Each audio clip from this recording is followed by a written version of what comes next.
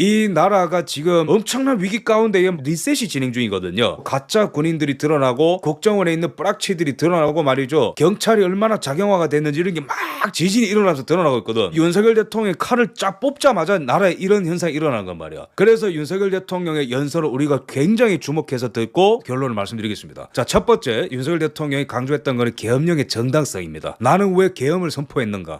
이거 뭐 말을 잘 안 들어서 뭐 빨갱이들이 많은 것 같고 막 하고 보니까 국민들이 놀란 거 보니까 제가 잘못했네요. 그만하겠습니다. 이러면은 진짜 끝난 건데 정정당당하게 구국의 결단을 할 수밖에 없었다. 국민들이 따라와 주십시오. 끝까지 싸우겠습니다. 이런 얘기였어요. 국정마비와 국헌문란 세력은 누구인가? 나보고 내란범이라고 하는데 국정마비와 국헌문란 세력은 누구인가라고 반문하시는 거예요. 자, 통계를 말씀하십니다. 대선 후부터 지금까지 178회에 달하는 퇴진 탄핵 집회가 열렸다. 이들은 사실상 대선 결과를 승복하지 않은 것이다. 국정마비 위해서 공직자 수십 명 탄핵을 추진했다. 22명이죠. 그죠? 근데 그 목적이 뭐야? 정말 민주주의를 위해서 그런 거예요? 아니잖아요. 이재명을 수사하는 검사 탄핵, 문재인을 수사하는 서울중앙지검장 탄핵, 선관위를 감사하는 감사원장 탄핵, MBC와 KBS와 관련된 방통위원장 탄핵. 제가 이러한 논조로 영상을 찍었더니 조회수가 210만에 넘어가면 난리 났어. 그 댓글 여러분 쭉 보십시오. 정말로 이 나라에 소망이 있는 게, 제가 그 영상을 언제 찍었냐면 계엄령을 대통령께서 선포하시고 근데 6시간 만에 계엄을 해제하고 수요일에 전부 다 분위기가 착 가라앉았죠. 이거 망했다. 뭐 없나 보다. 그때 제가 이거는 아니다. 뭐가 우리가 기대하는 큰 건이 없더라도 대통령의 연설 안에 우리가 주목해야 될 굉장히 중요한 내용들이 있다. 이 나라의 진짜 내란범들은 누구냐? 민주당이다. 거기 댓글 보면 전부 다 10대 20대가 전부 다 댓글 달아놨어. 윤석열 대통령 정신 나간 줄 알았는데 이걸 보니까 어떻게 계엄을 안 할 수가 있겠냐고 다 애들이 동의를 해. 학생들이 동의를 해. 그래서 지금 서울대, 고려대, 성균관대, 이대, 숙대 뭐 이런 데 지금 대자보 붙고 난리예요 지금. 자, 여러분 보십시오. 누구 말이 맞는지 잘 보세요. 계엄법 2조 2항 보면은 언제 내릴 수 있는가? 전시사변? 이거는 당연하죠. 또 하나가 있어요. 대통령의 통치 권한 중에 뭐가 있냐면은 사회 질서가 교란되어서 행정 및 사법 기능의 수행이 현저히 곤란한 경우에 군사상의 필요에 응하거나 공공의 악령 질서를 유지하여 선포한다. 그러니까 계엄령은 행정 및 사법 기능의 수행이 현저히 곤란한 경우에. 자, 봅시다. 민주당이 뭔 짓을 했는지. 판사 탄핵하자. 이재명과 관련된 대북 송금 사건, 여기에 이화영이라는 사람이 가담했죠. 이 사람 1심에서 유죄 받았습니다. 북한한테 돈을 갖다 바쳤다는 거니까. 근데 이화영이 유죄면 이재명도 이제 유죄라는 거거든. 그래서 이화영한테 1심 유죄 준 사람을 탄핵하자고. 당대표와 관련된 사건에 1심 유죄를 줬다라는 것만으로 탄핵을 하자? 이거는 사법부 통제 활동인 거예요. 사법부를 움츠리게 만드는 국회의 폭거인 거예요. 여기에 대해서 어떻게 대통령, 국가의 원수가 어떻게 강경한 조치를 안 할 수가 있겠습니까? 이건 정신나간 행동입니다. 이거 여러분. 올 여름에 있었던 거. 올 여름에 개딸들이 뭐라 했냐? 국민이 준 권한으로 국회가 심판사를 파면했는 이런 얘기하는 거예요. 여러분, 윤석열 대통령의 계엄령은요, 아무도 사망한 사람 없어요. 전기 안 끊었습니다. 국회의 요구에 다 따랐습니다. 근데 이재명이 되잖아요. 윤희석 의원의 말처럼 계엄령보다 더 위험한 걸 거예요. 부정선거 발언 금지법, 이승만 찬양 금지법, 홍범도 모욕 금지법, 제주 4.3 폄훼 금지법, 이재명 수사 금지법 이런 거 만들 거예요. 사법부를 이렇게 겁박을 하는데 22번의 탄핵 시도, 방통위원장, 검사, 중앙지검장, 감사원장, 대통령 제가 비교해드렸죠. 이전 정부들 노무현, 박근혜 정부 때는, 이명박 정부 때는 평균 한두 건이야. 많으면 3건. 근데 윤석열 정부 때는 22건이라고. 그것도 다 이재명 지키기 위해서. 탄핵이라는 게 얼마나 무시무시한 거냐면은, 탄핵을 많이 하면은 그 나라는 거의 망했다는 뜻도 됩니다. 아르헨티나 보십시오. 아르헨티나는 1980년 민주화 이후에 83번의 탄핵 소추가 있었다. 민주화 이후에 이러고 있다고. 탄핵을 남발하면은 민주화가 되는 게 아니고, 민주화에 성공했는데 83번의 탄핵 소추하다가 나라가 아작나가지고 지금 완전 쓰레기 주워 먹는 나라가 됐잖아. 아르헨티나가. 그 왜 그런 줄 아십니까? 계속해서 지도자를 갈아치우다 하다 보면은 대통령이 일을 못해요. 사법부가 겁을 먹어요. 검찰과 경찰이 대통령 말 안 듣고 누가 탄핵을 나서나 그것만 바라보고 있어. 사회 기능 전체가 마비가 되는 거예요. 페루 2017년 2022년까지 6번의 탄핵 시도가 있었고 2번은 실제 탄핵으로 되었다. 그러니까 기본적으로 정치가 불안정한 나라는 탄핵에 중독 걸리고, 탄핵에 중독 걸린 나라들은 또 탄핵에 계속 중독 걸리는 거예요. 대통령을 이제는 개나 소나 끌어내릴 수 있는 나라가 됐기 때문에 나라는 모든 경쟁력을 잃어버리고 방향타를 잃어버리고 우르르 폭삭 무너진다라는 거예요.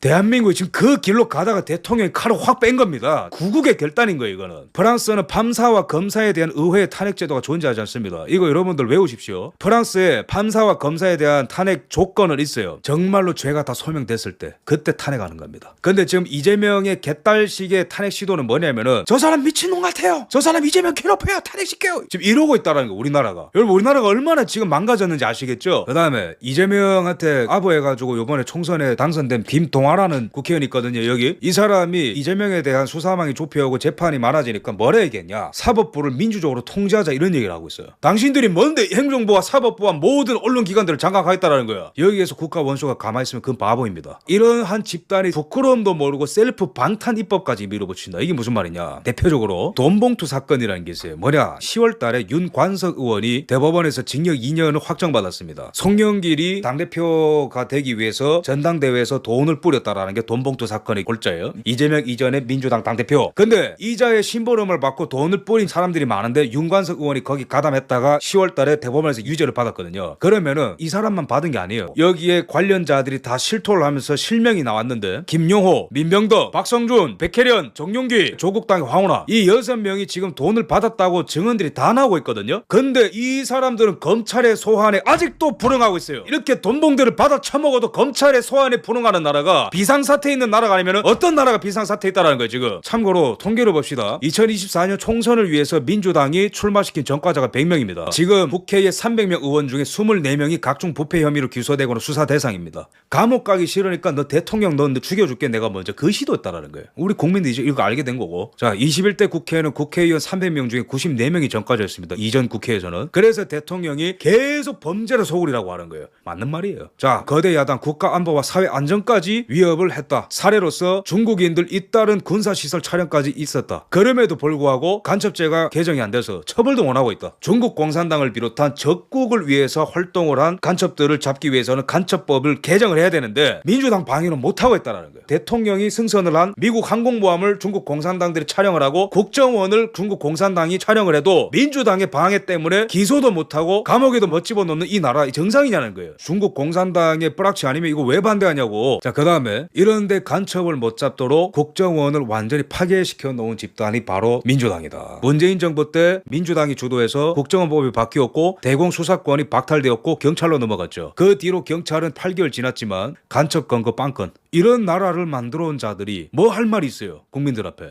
간첩 잡는 기능을 보이는 것마다 다 마비시켜놨다는 거예요. 이건 국가 비상사태가 맞습니다. 그래서 어느 나라 정당이고 국회인지 알 수가 없다. 그래놓고 자기들은 장병 밥값을 올려달라, 초급 간부의 수당을 올려달라, 이 예산안도 동결시켜버리고. 전쟁 나면은 실질적으로 전선에서 작전 수행하는 거는 초급 장교들이 많이 해요. 너무 중요한 자산이라고. 근데 이런 분들이 최저시급보다 낮아 돈 받는 게. 근데 이런 것들은 전부 다 증액을 막아버리고 자기들 연봉은 1억 6천을 올려. 이게 정상적인 인간들입니까? 반국가 세력이죠. 그래도 뭐 말로 설득을 했었어야 되는 거 아니에요? 뭐 이러겠죠, 그죠? 말 설득 많이 했다. 9월달에 김용현 국방장관이 국회에 나가서 다 설명했잖아요, 간절하게. 특히 초급 간부, 중견 간부들의 복무 여건 개선, 처우 개선이 시급합니다. 그들은 지금도 비가 오면 비가 새고 녹물이 흘러나오고 냉난방이 되지 않아서 쪽잠을 자야 하는 곳에서 생활하고 있습니다. 이들의 초임 봉봉은 봉급이란 뜻이에요. 너무 낮다라고 얘기하려고 하니까 민주당이 여기서 뭐라 얘기하냐? 정상적인 국가 세력이면요, 야 정말 우리 알려주셔서 감사합니다. 이거 왜 빨리 우리가 못했습니까? 빨리 봉급 올려주십시오 해야 되는데 민주당이 여기서 뭐라 얘기하냐면은 빨리 내려가요 막 소리 지르고 난리야. 그냥 반국가 세력입니다. 김용현 장관이 화를 참고 말을 이어갑니다. 이들의 초임 봉급은 우리 국민의 최저임금에도 미치지 못한 각종 수당, 초과 근무 수당, 당직 근무 수당 등 수당은 유사직종 공무원에 비해서 절반에도 못 미친다. 유사시 그들에게 목숨 바쳐 우리 국민의 안전을 지켜달라고, 목숨 바쳐 자유 대한민국을 지켜달라고 요구할 수는 없습니다 하니까 민주당이 빨리 내려가라고 소리 질러. 그리고 정액안 동결시켜버려. 지금 전 세계 전쟁인 거 모르나요? 러우 전쟁 계속 가고 있고 중동 지금 시리아 무너지고 난리거든요. 지금 휴전 얘기가 나오지만은 그 다음 아시아 차례가 될 줄 몰라. 김정은 상태로 지금 오락가락하고 시진핑이가 계속 대만 침공 훈련하고 있고, 이런 와중에 한미일 공조가 강력하게 유지가 돼야 되는데 탄핵 소추안 내용에 보면은 북중러를 대적했기 때문에 탄핵한다, 그런 이상한 내용이 있어요. 반국가 세력입니다 이거. 우리 군인들 분노해야 돼요 이거. 그 다음에 대통령실 예산 삭감 다 제가 많이 말씀드렸으니까 넘어가고요. 거대 야당 한국의 성장 동력을 꺼트리랬다. 자, 청년 일경험 지원은 빵원으로 줄여. 너네 뭐 청년 위한 다음에 왜 자르는데 이거. 청년 니트족 취업 지원 필요한 부분 있거든요. 이거 빵원. 원전 생태계 332억짜리를 빵원으로 잘라. 원자로 소형 모듈을 빵원으로 잘라. 250억짜리를. 한일 대학생 연수 사업도 6억에서 빵원으로 잘라. 대통령실 특활비를 빵원으로. 검찰 특활비 587억 빵원. 원전 첨단 제조 기술 빵원. 이 뭐냐면은 한미 관계 파탄 내려고 그러는 거예요. 지금 원전 MOU 체결이 얘기가 되고 있었거든. 그 되는 순간 한미 동맹의 르네상스가 열리는 겁니다. 미국이 전력을 한국한테 의존한다는 거거든.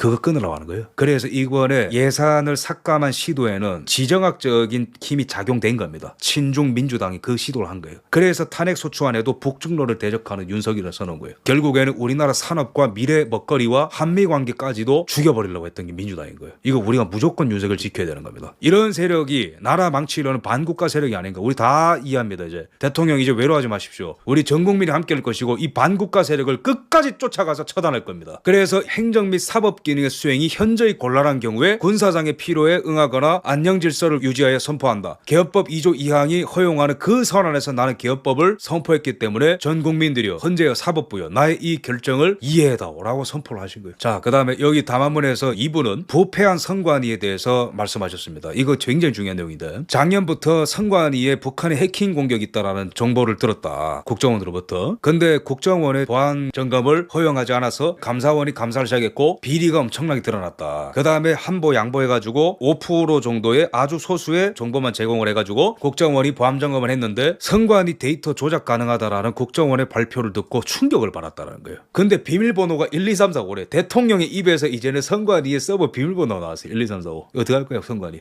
이제는 국민들이 검색을 다 해볼 거예요. 선관위의 엽기적인 거. 선관위가 이때까지 어떤 쓰레기 같은 짓을 했는지 그 사례집들을 이제는 전 국민들이 다 찾아보게 될 거예요. 비밀번호 1, 2, 3, 4, 5. 투표지 이미지 해킹 가능. 선거인 면부 조작 가능. 그러니까 유령 투표자를 넣을 수 있고 투표한 사람을 뺄 수 있다라는 거죠. 선거 결과값 조작 가능. 요거 이제 전 국민이 알게 될 겁니다. 또 하나 굉장히 중요한 거. 국제사회에 폭탄을 터뜨린 거예요. 이라크, 콩고, 베네수엘라 이런 데는 그럴 수 있다. 저 볼리비아는. 근데 대한민국에 저런 게 있다고? 대통령의 입에서? 한번 조사해봐. 엉터리 전산 시스템 어떻게 선거 신뢰하나? 선관위 압수수색 강제수사 불가능하다. 실질적으로. 왜? 자기 집에 어떻게 영장 발부를 허용해 줍니까? 판사들이. 대법관들이 돌아가면서 임기를 채우는 게 중앙선관위원장이죠. 제일 위에. 각 지역의 선관위원장은 각 지방 법원장과 부장판사들이 돌아가면서 합니다. 그래서 선관위에서 문제가 일어나는 거는 절대로 판사들이 영장을 발부 안 해요. 유일한 방법이 초법적인 활동을 통해서 수사가 들어가는 것밖에 없습니다. 그리고 이미 그게 안 된다는 거 다 보여줬죠. 2024년 총선과 관련된 소송 모조리 기각되리고 130건에 가까운 2020년 총선 소송도 10건 안 됩니다. 그마저도 180일 이내에 해야 되는 소송들을 모조리 질질 끌고 연수울부터 시작을 한 소송들이 점진적으로 있었지만 그것도 다 1년 지나서죠. 그죠? 얼마든지 증거 인멸 가능한 시점입니다. 그리고 검증을 할 때에는 반드시 전자개표기도 검증할 수 있어야 되고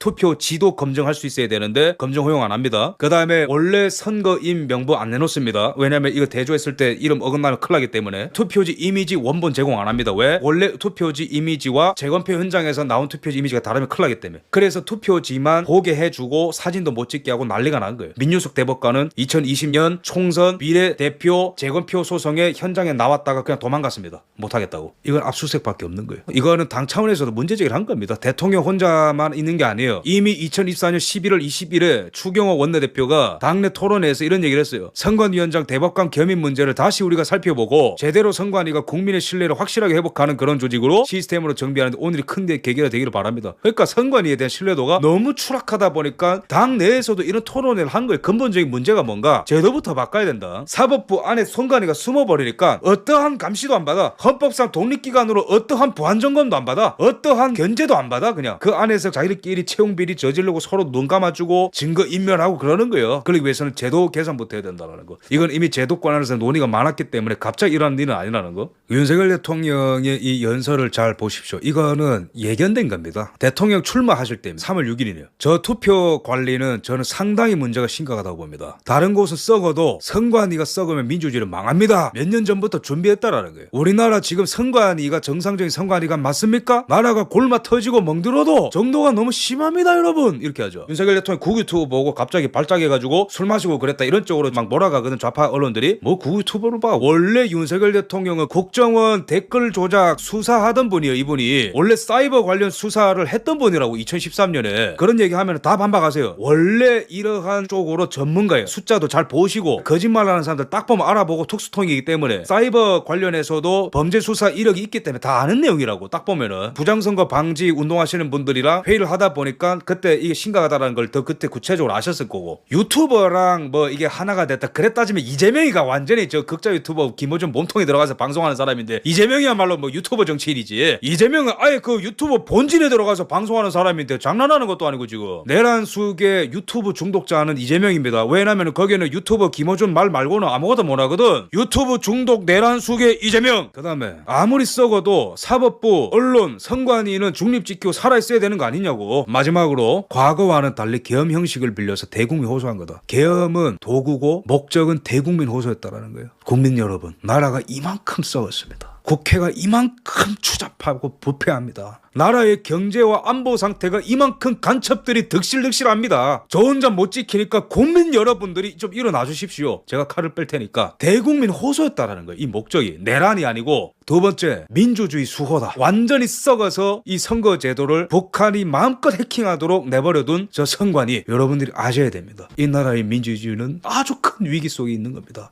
라고 알린 거예요. 그래서 6시간 만에 해제 요구를 받아들이고 어떤 누구도 사망하지 않고 바로 일상으로 다 복귀했던 겁니다. 그 사례로 국회 단전 단수 송출 제한 안 했고 방송국 자각 안 했고 6시간 만에 계엄 해제 요구안 받아들였고 병력 투입한 것은 만국적 행태를 알린 것이고 누구도 체포 명령 내린 적 없고 맞죠, 그죠? 해제 의결 후에 국방장관에게 즉각 철수 지시했다. 법적으로 아무런 문제가 될 게 없다라고 공표함으로써 지시 따른 우리 군 관계자들은 전혀 잘못 없으니까 검경 칼춤 그만 추고 수사의 방향성을 진짜 범죄자인 민주당으로 돌리라는 거야. 그만 사람들 괴롭히고. 우리 지금 군인들 괴롭히다 보니까 군 기밀 같은 거 막 얘기하고 좀 난리잖아요 지금. 탄핵하든 수사하든 당당히 맞서겠다. 자유민주주의 지키는 길에 하나가 되어 주십시오. 뜨거운 충정만큼은 믿어달라. 정말 가슴 뜨거워지는 워딩이죠. 끝까지 싸우겠다. 검찰이 광란의 칼춤을 벌이고 경찰이 광란의 칼춤을 벌이고 언론이 아무리 가짜뉴스를 쏟아내고 민주당이 아무리 탄핵안을 발의하더라도 나는 이 민주주의를 수호하기 위해서 칼을 뺐고 나는 우리 국민들과 함께 탄핵하든 수사하든 당당히 맞서고 끝까지 싸우겠다고 얘기한 거예요. 왜? 이 나라의 민주주의를 수호하기 위해서.